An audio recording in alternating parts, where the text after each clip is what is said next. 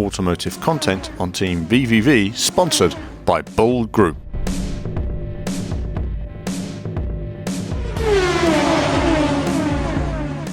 Monte Carlo, a town famous for its glamour, hotels, and not to mention Formula One, a place where many wealthy individuals spend their time, but a town where the car is most definitely the star. I took the time to speak to TV presenter Noel Edmonds about his current project to find out more. Hello viewers, well now I'm joined by TV presenter and broadcaster Noel Edmonds. Noel, thank you very much for your time today. Here we are in Monaco, and to show off your new car, we're going to look at that in just a moment, but first I'd like to find out a little bit more about your automotive passions. Where did it all start for you? I just got to say, I know how Bernie Ecclestone feels now. I do this to everyone, I tell you. 5'8", which is compact but not that diminutive, and I've got a pain in the neck already. I've always been mad about cars. Ever since I was a little boy, I was mad about cars.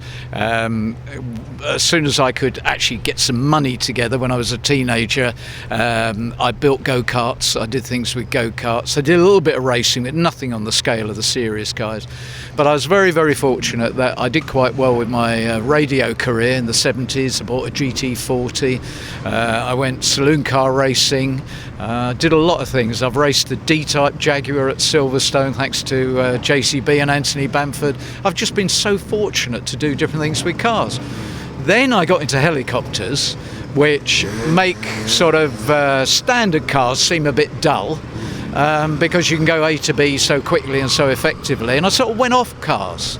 But recently, since coming down to this part of the world, where generally speaking we get better weather than this, you can use a nice car. And so I've got a small collection of cars, most of which are soft tops. I've got an E-type Jaguar, and I've just started actually selling Morgans down here, because no one is selling Morgans. So fascinating, no. I can't fit into a Morgan. No, you couldn't. Well, maybe you could if... yeah, I have tried. Yeah, you would look. Do you remember that series Magnum PI? I do. With Tom Selleck and that Ferrari, and the top of the screen was there. The guy's head was sticking out the top. That would be you in a Morgan. But no one was selling Morgans down here in the way in which we're doing it. Yeah. So we set up a business to Riviera Morgan. We sell Morgans. Now, just want to take me through your experience for Le Mans years ago. This is great for filming here. Oh, absolutely. So much noise. Every noise known to man. I tell you what, this microphone can put up with Formula One cars. It can put up with that, no problem. But that is very loud. It's very loud, and there are dogs that are going... There are. Now, you had some experience with Le Mans years ago. Yeah. And the next part, take me on to the experience now of coming up with this car and how we've got to this point. Right, okay. Well, back in the 90s, I went to Le Mans. It was the year 95 where McLaren produced the road car as a race car and dominated everything. And I fell in love with Le Mans and the idea of those cars. And 2 years later, I put a two-car team in. We drove Panel's cars, and we didn't get past 21 hours. We were nearly there, but then the thing blew up. But at least I can say I've been there in the pit lane, and I did have a team in that iconic race. Since coming here, where I'm very proud of the fact I'm now a resident, obviously Formula One is dominant. I like the sound of Formula E. I met some of the guys last week, and that sounds very, very interesting. But I then decided the one thing I hadn't done in my life was actually make my own car. I made a kit car when I was 17. I made a thing with a mini engine and a Marcos body, but I had never had a car made to my specification. Always liked the Jaguar SS100, and so a small team of guys in the UK have made me a recreation of the SS100, but it is a totally modern car. And so it's got air conditioning, it's got slightly wider wheels, it's got all sorts of niceties to it. There's a pouch where the lady in your life can put her makeup bag. We've tried to think of everything to make it modern and reliable. In fact, a mate of mine out here has got one of the genuine cars, and he says it's always breaking down. Well, that's always the problem, isn't it? They overheat, you're on the motorway, you've got to let it cool down, you've got all the action when you're driving, the choke and everything else. It's hard work, and when you're going at 30, you feel like you're going at 150 mile an hour. Well, I came along the A8 in La Riviera, which is what the company is called, this morning, and it was quite happily doing 130k, and it could have been going a lot faster than that, but my eyeballs gave out at that point. It's still classic motoring, but you just feel as if you might actually complete the journey. So tell us some details about the car now, just some of the things that you've put into it, some of the key changes. What's really special for you about this car? Well, the thing I want to underline about it is that every aspect of the chassis, the suspension, the key elements of the bodywork are all total reproductions. They are millimetre perfect, even down to the weight of the bolts and things like that.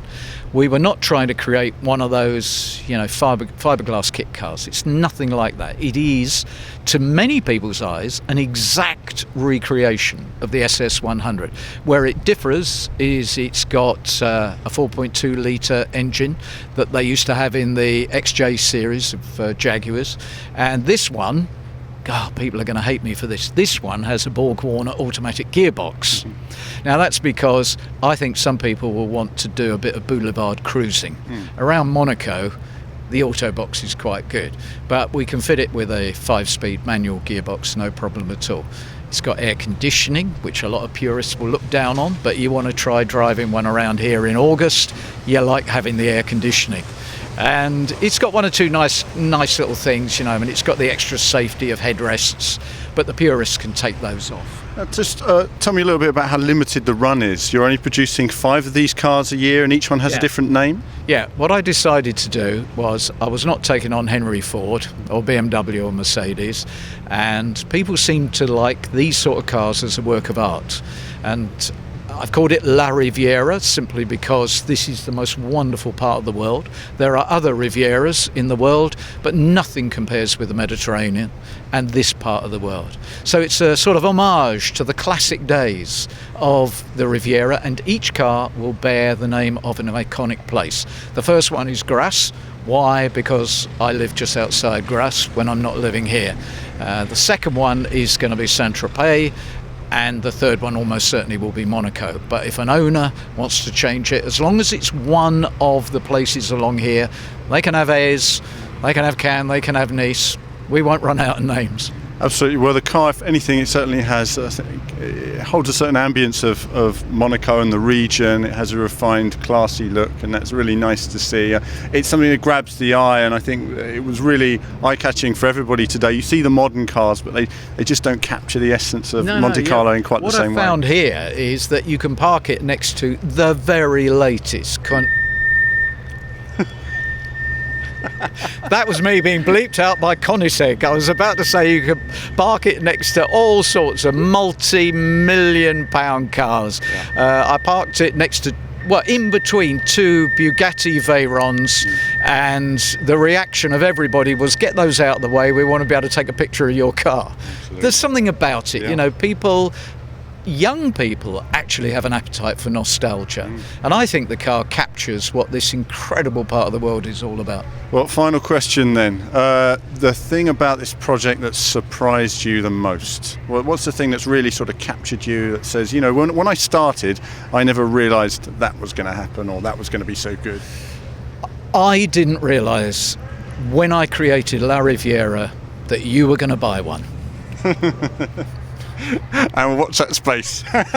Thank you very much for your time, Noel. Thank you very much. Thank you very much. Well, there's no doubt that La Riviera certainly looks the part. A stunning recreation of the Jaguar SS100, recreated in minute detail, but without all the shortcomings of owning a classic car. Visual refinement, modern production value, but with that wonderful classic edge that gives it an individuality, which sets it apart and hence grants it this special place within the eyes of onlookers and automotive fans alike. So as Noel drives away, we thank him for his time and for granting us our exclusive first look at La Riviera Grasse. That's it for this video, and there'll be more from me very soon.